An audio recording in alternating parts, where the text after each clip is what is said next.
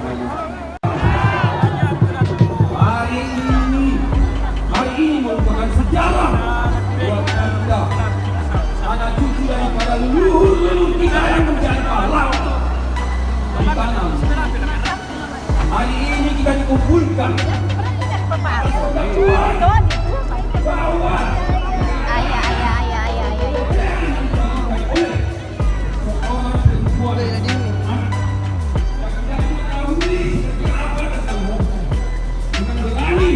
menulis bahwa kaunan adalah kaum rendah, orang Rongkong adalah kaum rendah di tanah ini. Saudaraku, kita dengan keluarga, kita rela disebar kemana-mana di tanah Luwu ini, hanya demi untuk mempertahankan tanah Luwu ini. Apakah orang seperti orang Rongkong itu adalah kaunan? Tidak mungkin, saudaraku. Tidak akan ada dalam sejarah seorang kaunan dipersenjatai. Tidak akan ada dalam sejarah seorang kaunan menjadi kuat.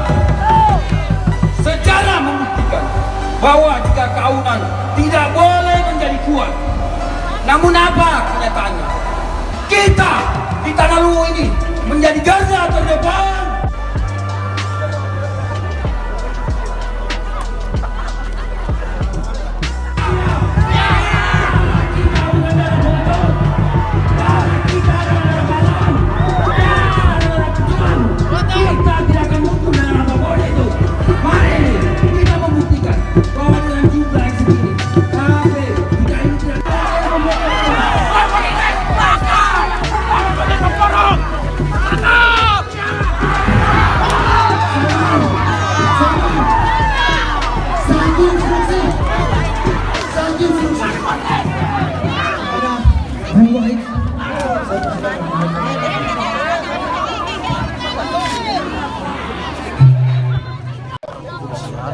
Untuk memproses Iriani sesuai dengan ketentuan peraturan perundang-undangan. Namun sebelum itu kami meminta agar dilakukan mediasi, karena di dalam mediasi nanti ada beberapa tuntutan yang kami layangkan berupa mengenai tentang permintaan maaf Iriani terhadap dengan menggunakan media nasional sebanyak 3 kali berturut-turut, dan juga sanksi adat.